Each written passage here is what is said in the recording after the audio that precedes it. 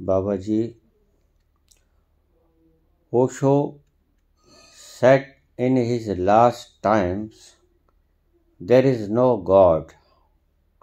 Please explain.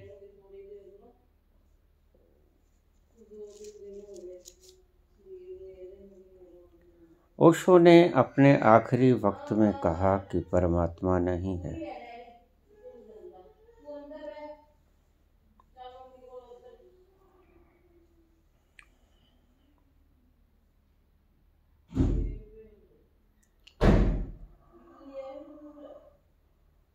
Nietzsche, Osho, Marcus, Stalin, Mao, Lenin, Charvaka, इनमें फर्क है।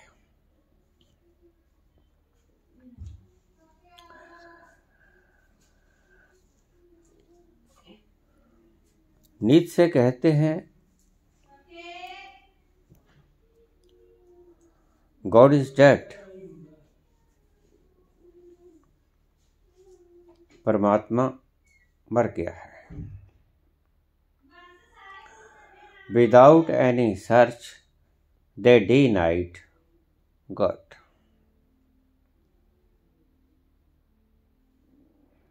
कहते हैं कि परमात्मा मर गया है।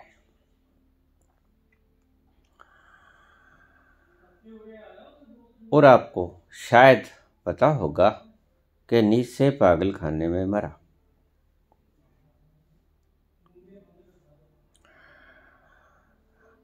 ये सभी लोग नास्तिक हैं, इन्होंने खोजा नहीं, ओशो को छोड़कर। चाहे माओ है,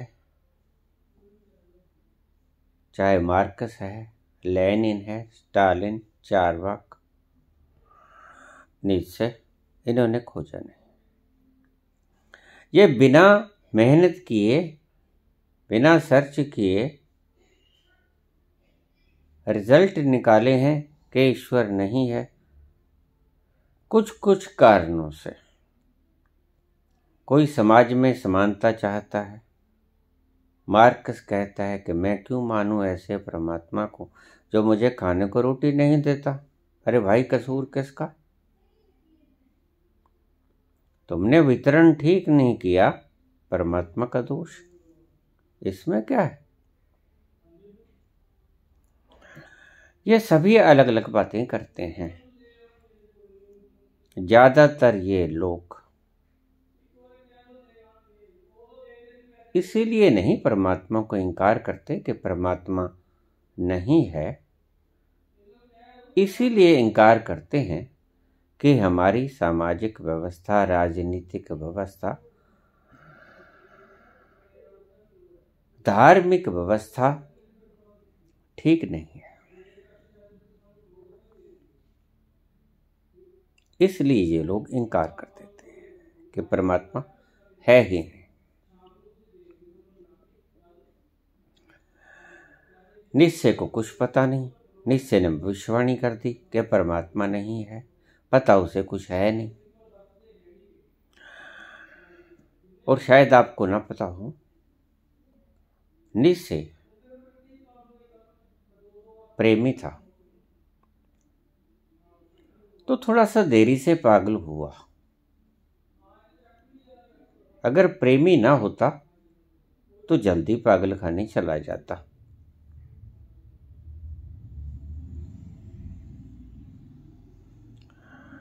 लव के ऊपर उसने बहुत सी कमेंट्स किए हैं।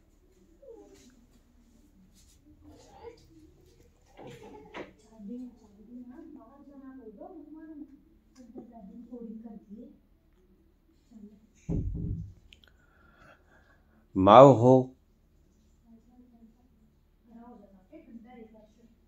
चारवाक हो, या कोई भी नास्तिक हो, उनके शब्द ऑथेंटिक नहीं है, क्योंकि खोजा नहीं। लेकिन ओशो ने तो खोजा, ओशो ने पाया। और फिर ओशो क्यों कह रहे हैं कि ईश्वर नहीं है? कारण जिस तरह के वक्तव्य नीत्शे दे रहे हैं उस तरह के वक्तव्य ओशो नहीं दे रहे। फर्क होता है बात में, समझ का फर्क होता है।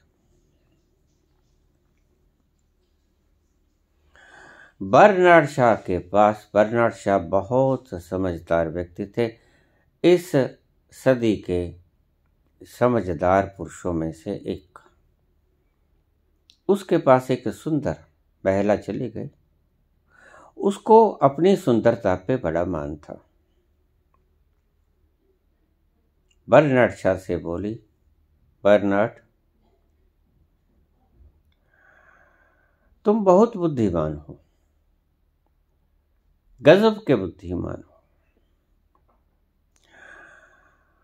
तुम्हारी शैली बोलने की, सोचने की लाजवाब। मैं बड़ी खूबसूरत, हसीन, जवान, सुंदर नए नक्शे हैं मेरे, सुंदर चाल ढाल है, सुंदर फिगर है। अगर बर्नार्ड शॉ तुम्हारा मेरा मिलन हो जाए, हम दोनों शादी कर लें, तो हमारे से जो बच्चा जन्मेगा ओ लाजवाब होगा। मेरी सुंदरता उसमें आ जाएगी और तुम्हारी प्रगाढ़ इंटेलिजेंस, तुम्हारी प्रगाढ़ प्रज्ञा, बुद्धिमत्ता।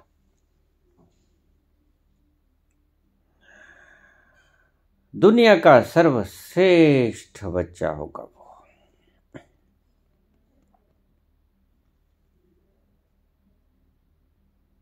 बर्नार्ड शॉ कुरूप थे। जैसे आध्यात्म के जगत में अष्टावक्र 8 जगह से टेढ़े मेढ़े थे, लेकिन विद्वान बहुत थे। कुरूप थे बर्नार्ड शॉ। बर्नार्ड शॉ मजाकिया भी बहुत थे। तो बर्नार्ड शॉ कहने लगे, देवी तुमने कहा कि जो बच्चा पैदा होगा हमारे मिलने से उसमें मेरी सुंदरता आ जाए और आपकी बुद्धिमत्ता आ जाए, तो इस सृष्टि का सर्वश्रेष्ठ प्राणी होगा वो। देवी, और अगर इससे उल्टा हो गया तो क्या होगा? मेरी शक्ल और आपकी अकल आ गई तो?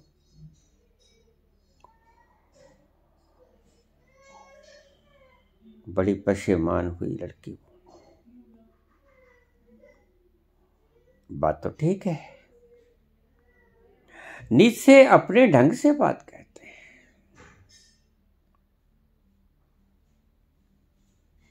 ओशो अपने ढंग से बात करते हैं। ओशो क्यों कहते हैं कि देयर इज नो गॉड? 2 कारण। एक कारण तो ये है कि हमें पढ़ने के लिए आज तक, चाहे माइकल फैराडे हो, चाहे एल्बर्ट आइंस्टीन हो, चाहे न्यूटन हो, रदरफोर्ड हो, आर्किमिडीज हो, कितने भी वैज्ञानिक हुए, हमारी संस्कृति में भी कृष्ण हुए, राम हुए, हरिश्चंद्र हुए, लेकिन उन्होंने जब पढ़ा तो किसी ने भी सीधा मास्टर डिग्री की किताब नहीं खोली। शुरू करना पड़ा सभी को ABC,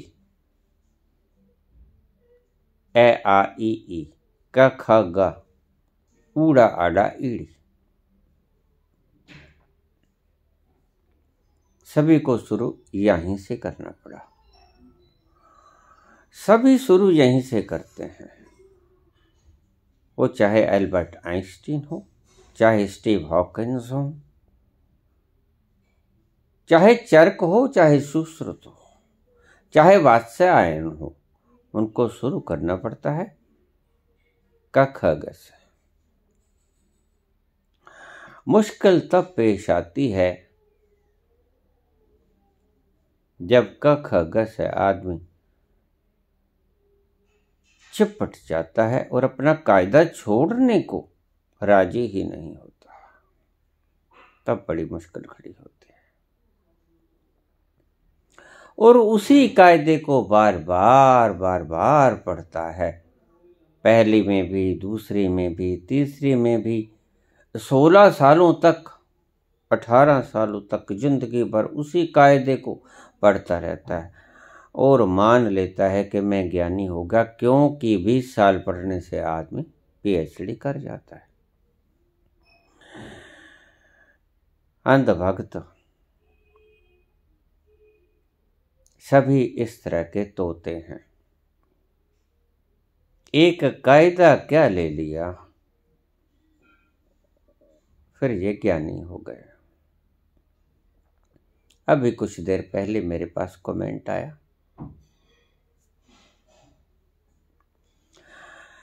रामायण भी सही है, महाभारत भी सही है, उपनिषद भी सही है, वेद भी सही है, बाइबल कुरान भी सही है। पढ़ने वाला होना चाहिए, गुरु समझदार होना चाहिए, गुरु मूर्ख ना हो। समझे बाबा जी? बाबा जी तो समझ गए। बाबा जी तोतों को बहुत अच्छी तरह से पहचान लेते हैं। बाबा जी को अद्भुत विलक्षणता प्राप्त है इस काम में। तोतों को पहचानने का मैं मास्टर,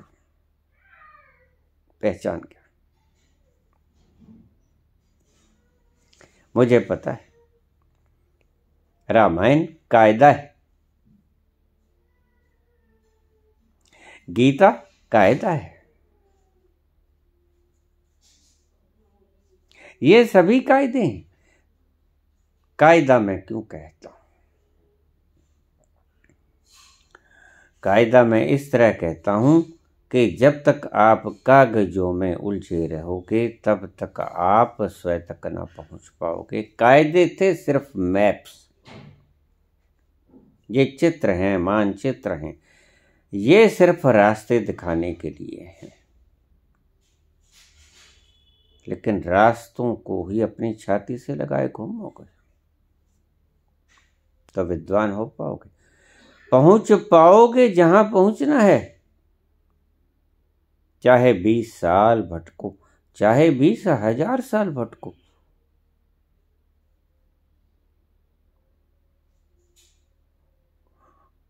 तुम कायदों से चिपके रहने वाले तोते हो। तुमने मैप्स को अपनी जेब में छाती के साथ लगा के घूम लिया है और उन्हीं मैप्स को लिए फिरते हो और ज्ञानी होने का दंभ पाल लेते हो, जबकि इन मैप्स के भीतर लिखा था कैसे कैसे चलना, कहाँ मोड़ आएगा, क्या रास्ता है, कहाँ कांटे, कहाँ स्पॉट मैदान, कहाँ कंटकीला मार्ग, कहाँ ऊबड़ खाबड़ धरती, कहाँ राजपथ, कहाँ आएगा धाम, कहाँ आएगा मंदिर,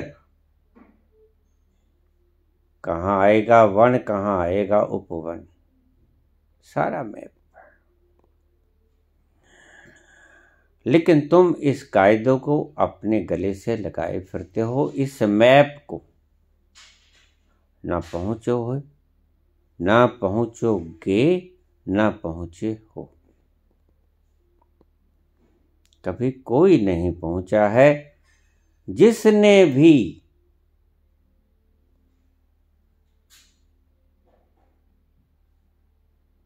मैप को छाती से लगा लिया वो तोते का तोता ही रह गया। काग पढ़ाया पिंजरा, पढ़ गया चारों वेद, समझाए समझा नहीं, रहा ढेढ़ का ढेढ़। तुम्हें कौन समझाए कि मैप हैं ये चलने के लिए हैं, छाती से लगाने के लिए नहीं। और तुम हो कि छाती से लगाए फिरते हो। तुम कभी नहीं पहुंचोगे और तुम्हारे विचार भी कभी नहीं बदलेंगे। चाहे कृष्ण भगवान जिसकी तुम पूजा करते हो, जो रामायण भगवान राम की, जो गीता भगवान कृष्ण की, जो बाइबल ईसा की, जो कुरान मोहम्मद की, वो खुद भी तुम्हारे सामने आ जाएं, तुम समझने को नहीं हो, क्योंकि तुम मूर्ख हो।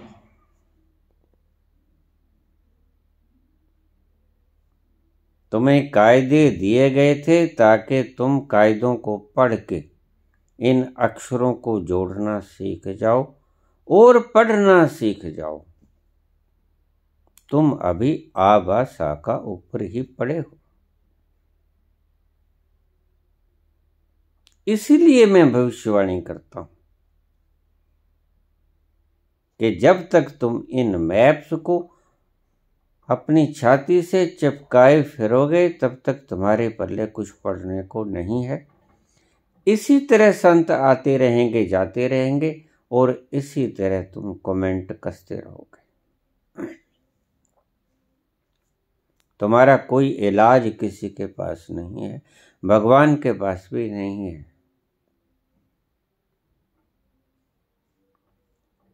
ये कायदे थे। कायदे का मतलब ढंग थे जीने के, चलने के, उस खुशी को पाने के लिए, उस परम तृप्ति को पाने के लिए, फुल सेटिस्फैक्शन ऑफ लाइफ। लेकिन अगर तुम इनको जेब के भीतर ही डाले डाले फिरते रहोगे तो तुम्हें तृप्ति मिलने को नहीं है, तुम कहीं नहीं जाओगे। यद्यपि सोच कितना ही लो कि हम बहुत चल लिए, लेकिन रहोगे वहीं कोल्हू के बैल की तरह। ओशो इसलिए इनकार करते हैं। मूर्ति पूजा से शुरू किया आपने, मूर्ति से ही चिपट गए। अब मूर्ति ही तुम्हारी माता, मूर्ति ही तुम्हारा भगवान, मूर्ति ही तुम्हारा पिता। तमेव बंधु च सखा तमेव, तमेव माता च पिता तमेव, तमेव बंधु च सखा तमेव। सब कुछ तुम्हारा सर्वस्व ये मूर्ति हो गए। ऐसी ही घटना घटी रामकृष्ण परमहंस के जीवन में। बड़े ज्ञानी थे।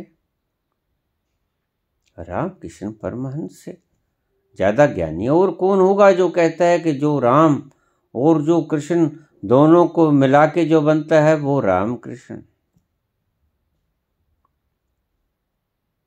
काली के उपासक थे। माता आती, माता से बात करते, माता की आरती करते, भोग लगाते, स्तुति करते, नाचते, गाते, भावावेश में बह जाते। लेकिन जब तक वो काली की उपासना करते रहे, निर्विकल्प समाधि में वो नहीं पहुंचे।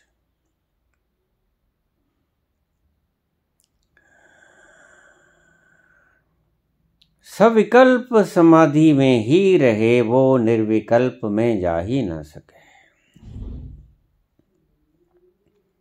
इतना परमहंस व्यक्ति निर्विकल्प को छू न सके, बहुत दुखद बात थी। उन्हीं दिनों में दक्षिणेश्वर में तोतापुरी नाम के एक महाज्ञानी पहुंचे हुए थे। रामकृष्ण परमहंस ने अपनी व्यथा बताई। तोतापुरी कहने लगे कि तुम अभी निर्विकल्प समाधि में नहीं पहुंचे हो। ये जो माता वगैरह आती हैं, ये सब तुम्हारी इमेजिनेशन हैं। तुम्हारी ही बनाई हुई काली तुमसे ही बात करती है। इस मूर्खता में मत रहना।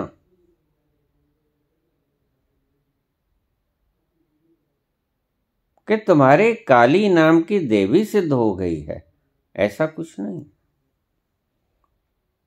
और ऐसा कुछ होता भी नहीं। मैं आपको समझाता हूं।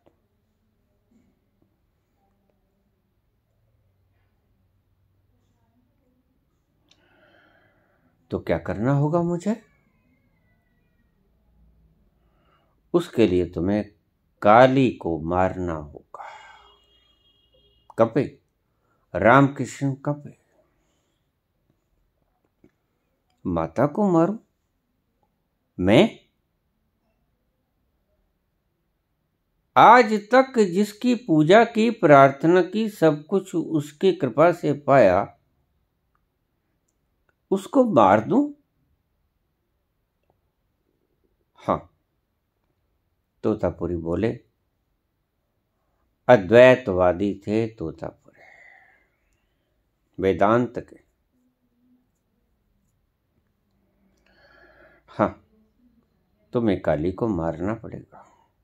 मार सकते हो?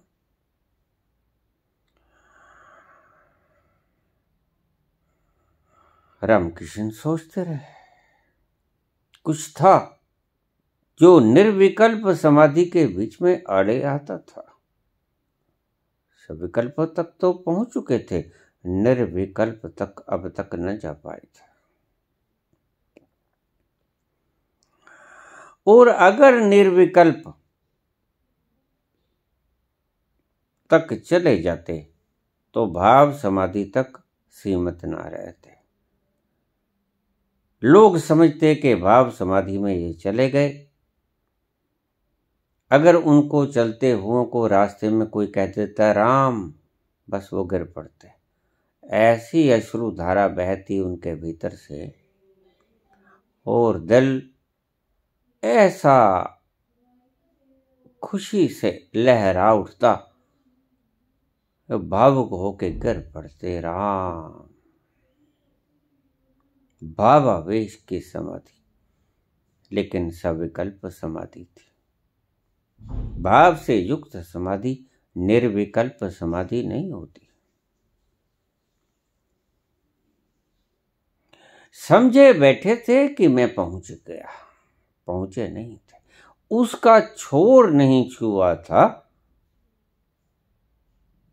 जिसको तुम परमात्मा कहते हो। अभी काली तक ही महदूद थे।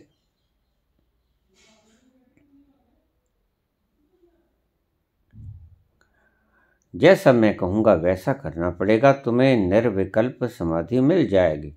ठीक है, मान गए।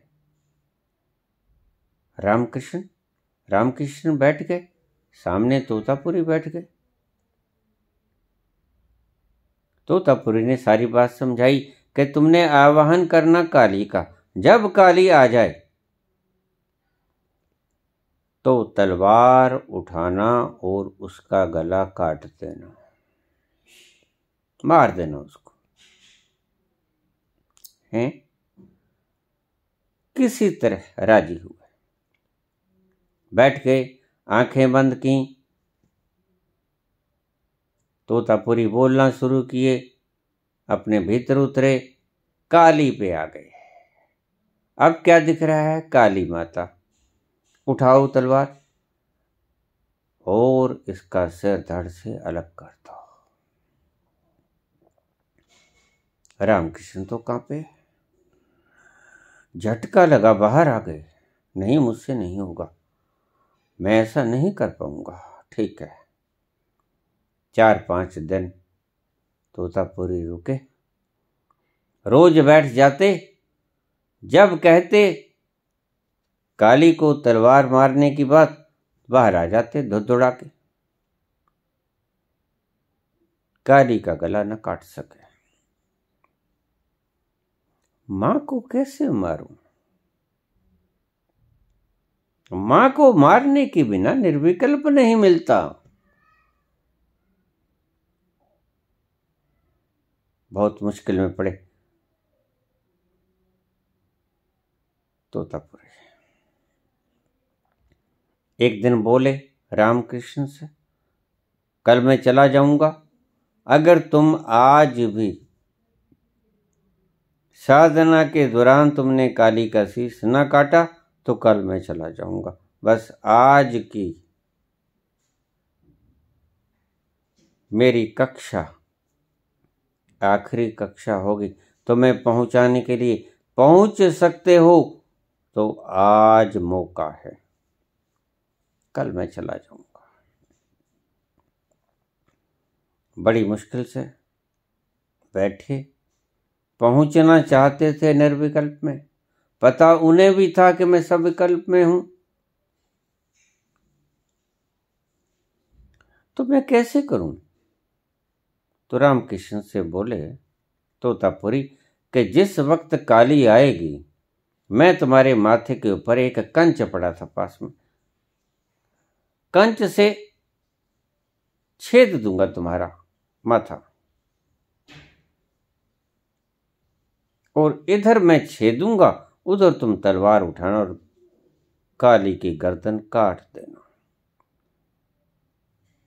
दर्द होगा तुम्हें, मैं तुम्हारे माथे के ऊपर काट दूंगा,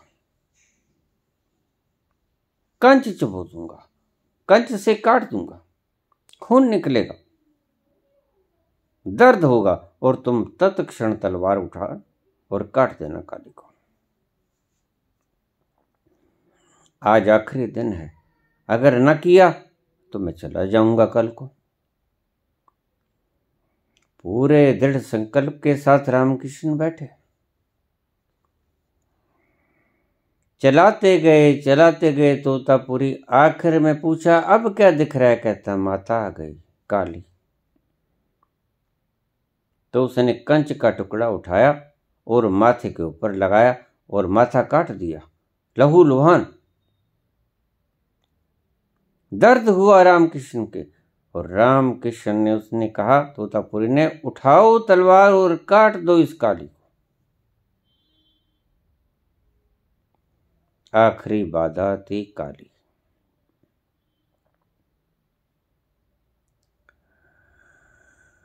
जैसे ही उसने कहा कि काट दो, और उसके दर्द हुआ, माथा कट गया था, खून बह रहा था। उसने तलवार उठाई, इमेजिनेशन की, क्योंकि इमेजिनेशन से ही बनाई थी काली। जो चीज इमेजिनेशन से बनाई जाती है वो इमेजिनेशन से ही काटी भी जाती है। तो तुम्हारा अनुभव नहीं है, तुमने आंखों नहीं देखी, वो चीज तुम्हारी परिकल्पना है, और परिकल्पना को काटने के लिए दूसरी परिकल्पना की जरूरत पड़ती है। काली भी कल्पना थी, तलवार भी कल्पना की बना ली गई। उठाई तलवार और धड़म से उसने काली का सर धड़ से अलग कर दिया। काली का सिर धड़ से अलग हुआ, आखिरी बाधा टूट गई और रामकृष्ण परमहंस निर्विकल्प समाधि में चले गए।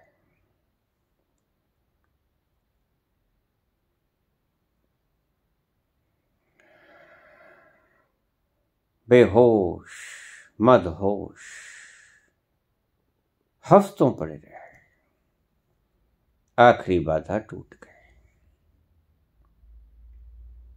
वो जो इमेजिनेशन किया था काली का वो टूट गया।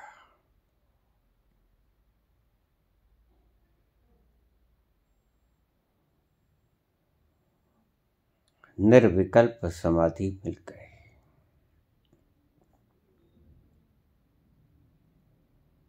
ओशो कहते हैं कि तुम ये जो कायदों के गणेशों में उलझे हो, काली में, दुर्गा में, हनुमान में, शंकर में, इनको आपको हटाना पड़ेगा। रामकृष्ण ने काली की गर्दन काटी, तुम्हें भी इनको अपने मस्तिष्क से हटाना होगा। और जब तक तुम इन्हें ना हटा पाओगे तब तक तुम कायदे के योग्य ही रह जाओगे। फिर कभी तमन्ना मत करना कि हम मास्टर डिग्री कर लें या पीएचडी कर लें।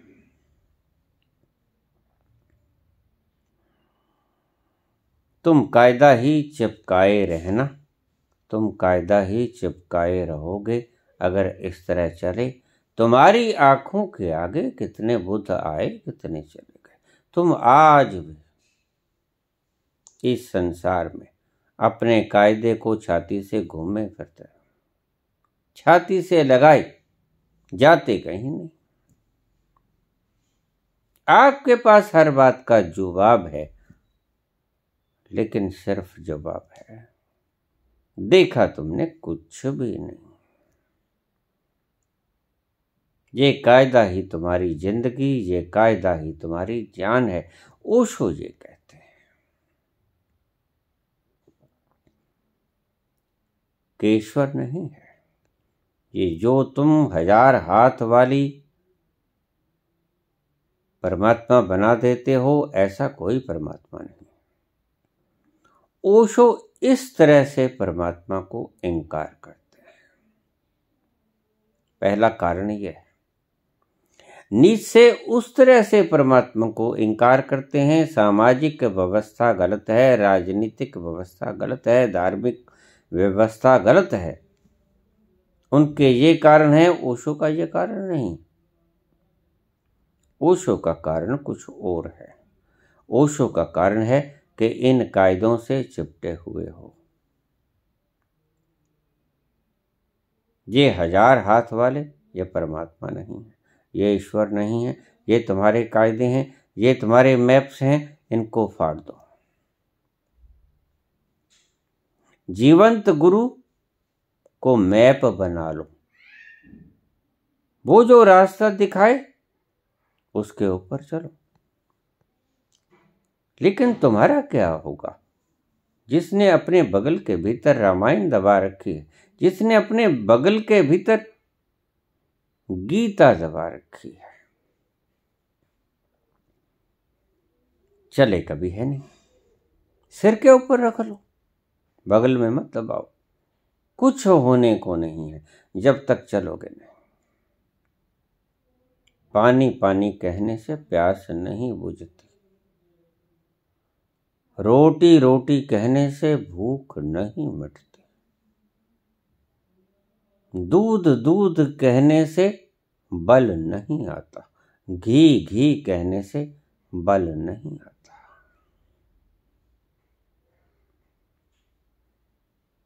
कैलोरीज के लिए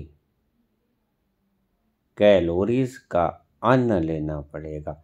जैसा भी दूध हो, कार्बोहाइड्रेट हो, फैट हो, अन्न खाना पड़ेगा अगर कैलोरीज आपको चाहिए।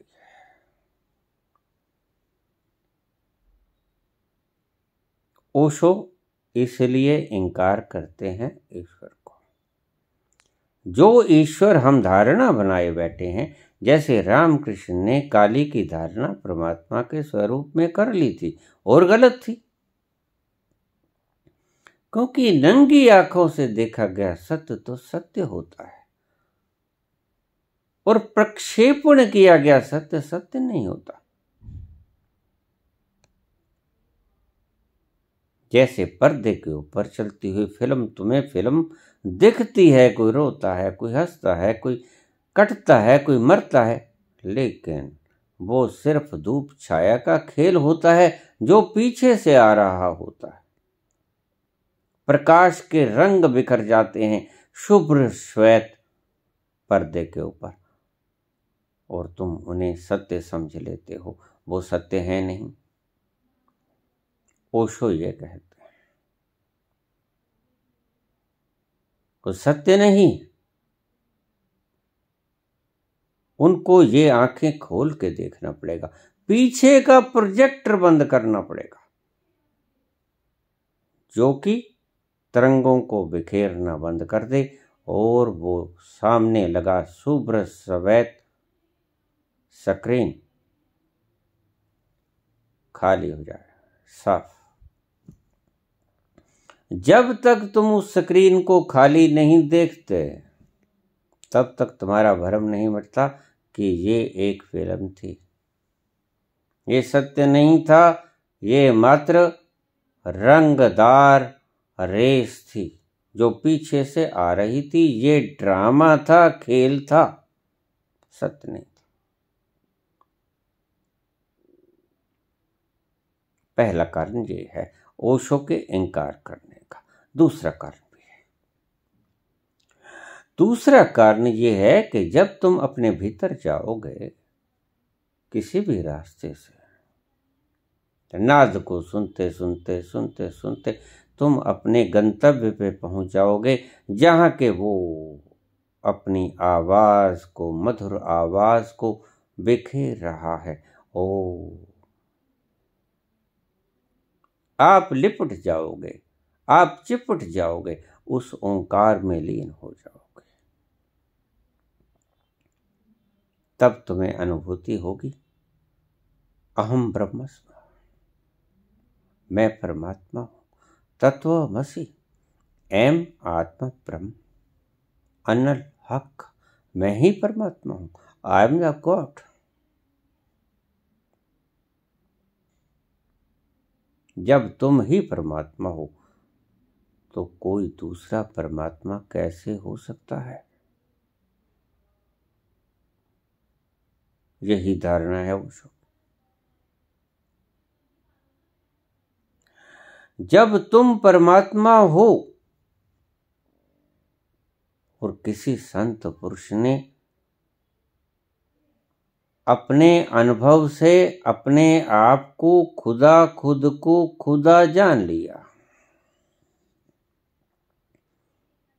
सब भ्रम संशय टूट गए। ये भी उस रंगदार रेस की तरह थे जो कि शुभ्र श्वेत पर्दे पर रंग बिखेर रहे थे और भ्रम हो रहा था कि फिल्म चल रही है।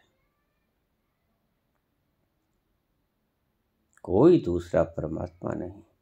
ये परमात्मा तो है ही नहीं जो तुमने बना लिए, अलग अलग रूप, रंग, सूरत, नैन, नक्श, चाल, ढाल, कहानियां, ये तो है ही नहीं। वो भी नहीं है कि कोई और तुम्हारे से अलावा, कोई और, तुम ही परमात्मा हो।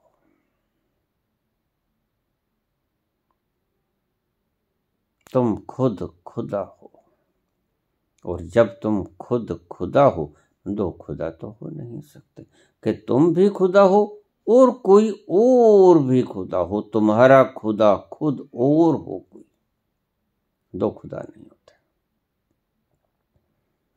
इस तरह से भी ओशो खुदा को, ईश्वर को इनकार करते हैं। इसीलिए कहते हैं गॉड डज नॉट एग्जिस्ट, परमात्मा नहीं। उस तरह परमात्मा नहीं है क्योंकि कायदा है। आप कायदे से आगे नहीं चले। आपने बिखरते रंगों की, स्क्रीन के ऊपर बिखरते रंगों की फिल्म चलती देख ली और उसको सच मान लिया, जबकि वो सच नहीं थी, झूठ थी। प्रोजेक्टर को बंद करना पड़ा तो आपको समझ आई। और दूसरा ये कि जब भी कोई व्यक्ति एनलाइटेंड होता है, वो देखता है कि ये मैं नहीं हूं। जिसको मैं मानता हूं, अपना होना मानता हूं, मैं अपना होना मानता हूं, वो मैं हूं नहीं।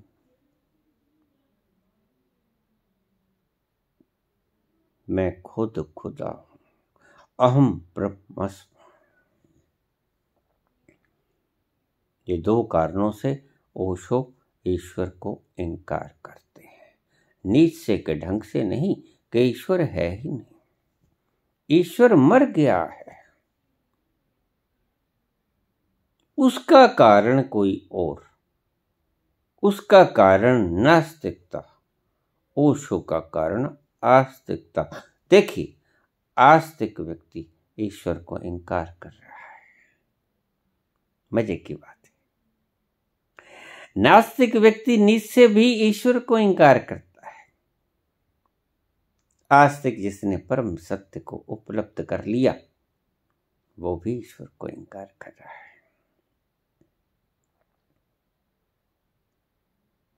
नीचे कहता है कि परमात्मा है ही नहीं,